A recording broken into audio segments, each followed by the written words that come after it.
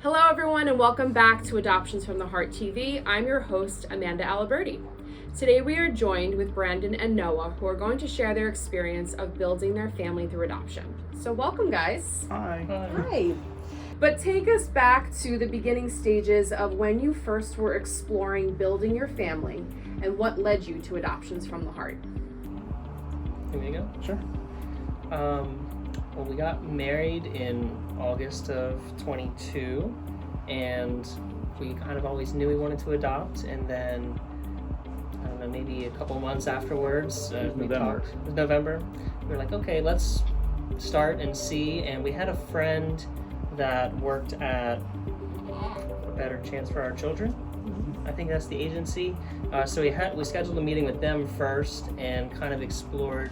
They do foster to adopt and foster care situations, and we talked with them about that for a little bit, and then just came to the decision that we were looking more for infant adoption, and they pointed us in the direction of Adoptions from the Heart. And yeah, we really didn't do a whole lot of research into different agencies, but everything we've heard from Adoptions from the Heart is, we were like, yep, that makes sense. Okay, great. Sure. So then we applied, and Here you are. here we are. What was it like connecting with your social worker for the first time, and kind of what that meant to have the support of somebody throughout your journey of being placed? I thought it was nice that we had someone, knowledgeable about the whole thing, to kind of help us know what to expect and the timelines for different things we had to do and keep us on track and oriented and making sure we were able to get here. It was definitely like a sigh of relief, because anytime we had a question we could reach out and we knew we were going to get an answer that was helpful. So obviously you're a same-sex couple. Talk to us about what that was like coming here and the inclusion that you felt, because we are a non-discriminatory agency, so we have all kinds of families. We have same-sex couples, heterosexual couples, single women, single men, and it's important for folks to recognize the importance of that in the values that we hold as an agency. I mean, I think it was great. That we knew we could come here and there was no barrier in that aspect, that we weren't going to face a restriction on being able to build our family. It felt to me like a non-issue. Yeah. Like in most other aspects of life, when you're filling out forms, you might see like a husband and wife situation or something like that, but all of the forms here, and it was kind of just like I don't know. Before having him, we would get mistaken as twins or brothers often. Now that we have, baby Nolan, I feel like we get that a little less. But it was just, here I feel like anytime we were around the agency, around the social worker, I never felt like, oh, we're going to get mistaken for brothers again and have to explain. So, just always felt welcoming and inviting.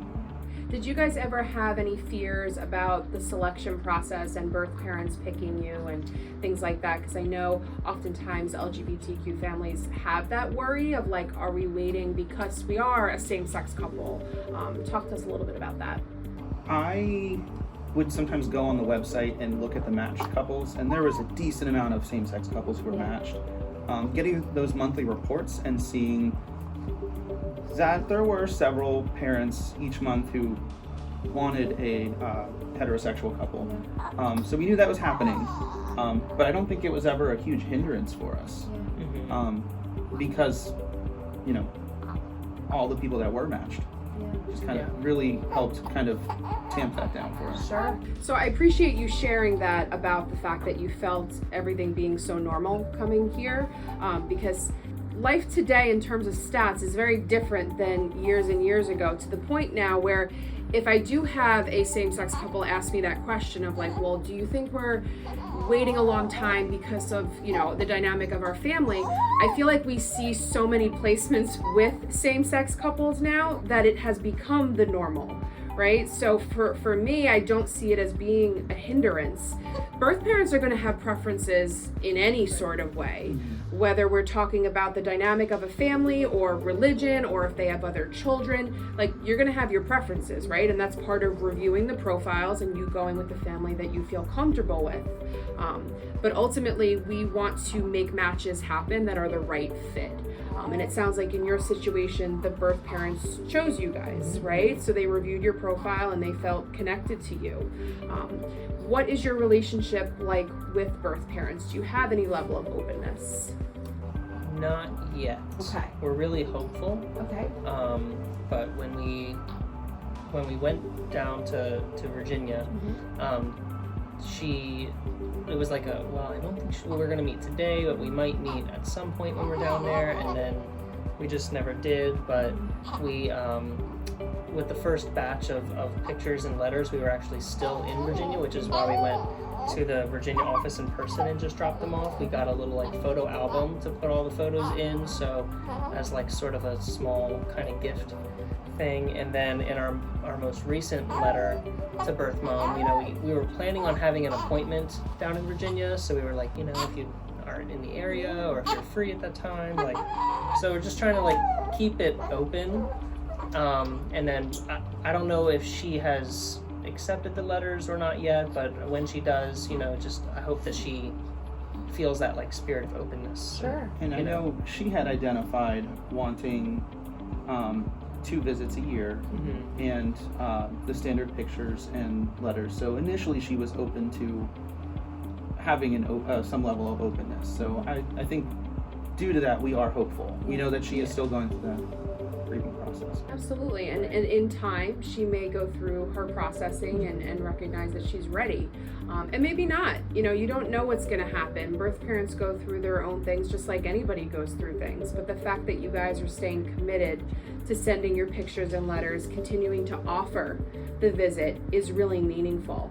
And it's something that you can keep for your son, so he will know and see that you were extending that opportunity for open adoption down the line. That's great to hear.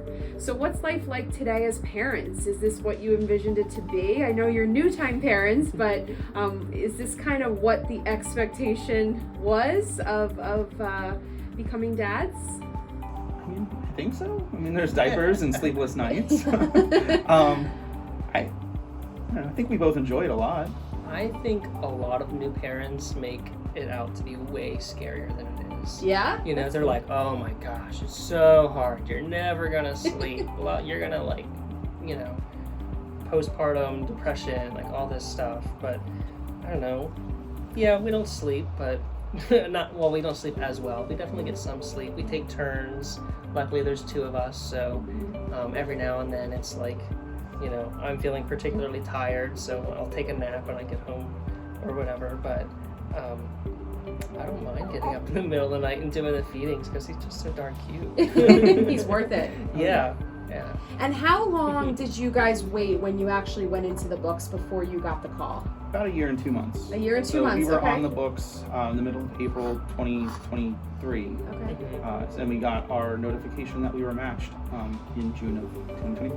Wonderful. So, What, if you remember that time, because now I'm sure everything's fuzzy since you've been placed, but what got you through that waiting period? Because a lot of folks who watch these videos just want some support as they're navigating the waiting process and continuing to have faith that it will happen for them.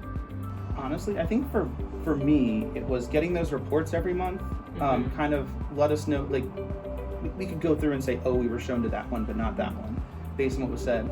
And having a pretty constant discussion of, well, when we change our profile key, how are we comfortable changing it? And we don't want to, just being very purposeful with the changes we could make. Ultimately, we didn't have to change anything, which was kind of nice. But just making sure we had those continued conversations. Every time we got an email situation, though, it was like, oh, I'd like call him in the middle of work and be like, hey, did you see the email? He's like, I'm teaching. Yeah. But I feel like we just kept trying to live our lives, not like put everything on hold. for example, we had a vacation planned to like out of the country in July, because and my family, I was like, are you sure you want to do that? Because then you're gonna have to go on hold, and you know you won't be shown for that time. And I'm like, but we gotta like keep living our lives. Like we don't want to stop doing anything fun just because we're, you know, in our waiting period. But we got the trip insurance, you know, thankfully, so it made sure that like it's all good. So if we got placed, we were able to cancel and get our money back. So yeah, things like that. Good. And you guys were in Virginia for some time, right? Because he had been in the hospital for some weeks. Mm-hmm. Talk to us about that experience going through the ICPC wait and eventually getting the clearance to come home. Because even though we educate families on the ICPC wait and what it may look like being away from home for that long, I think it's important for people to hear it from you. It wasn't bad. The wait wasn't terrible. We were told there's up to 10 business days, but that is usually shorter. And it starts after he was discharged from the hospital. So that was something that I didn't realize, was it's not when we sign the papers, it's when he leaves the hospital. So that clarification is kind of nice.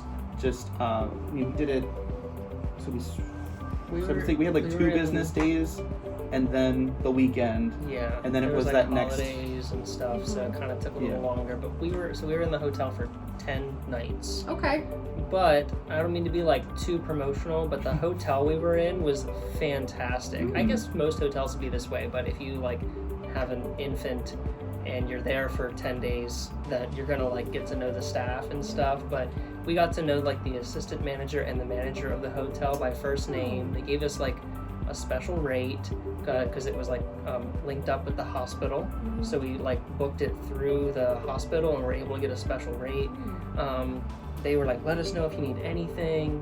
The air conditioning went out one night, and the manager went out to Home Depot and bought a window unit air conditioner and brought it to our room, so that because she knew that we had a newborn and wanted us to have air conditioning. But yeah, they were just so super sweet and supportive, and I actually kind of liked being stuck in another state for 10 days, because you know, my family, like our families couldn't come visit. It was like just us. It forced us to have that like that core family bonding time. Right. And I couldn't do housework. You know, couldn't mow the lawn. You know, so it's just forced us to just kind of sit and just Be. Well, it was kind of fun. and- We brought one of those wraps so we can carry him. So I was able to do laundry, take the elevator down, wearing him, put the laundry in and switch it, go upstairs and fold it. And the looks people would give, is that guy wearing a baby? But it was good. Well, that's wonderful. It sounds like you were able to look at the positive from a tough experience, right? Because the ICPC wait can be hard, being away from home and around, you know, new places and whatnot.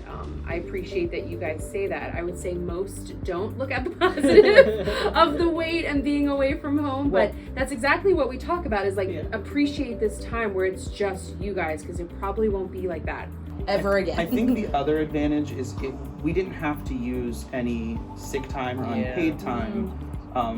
Because for teachers, over the summer. it was like right after the school year let out. So it wasn't a matter of, well, now I'm using up all my sick time here instead of later. And it wasn't, There was nothing we going didn't on have, at work. we didn't have to use our parental leave yet. So it wasn't a matter of using parental leave time and not being able to adjust at home. And not to mention, we were in a city that we really liked. We really liked Norfolk. We visited there at least one other time, just vacationing for fun. So it's just a city we really like anyway. So we were like, oh great, we're stuck in a city we like. We walked to the Chrysler Museum and That's wonderful. with him and walked around.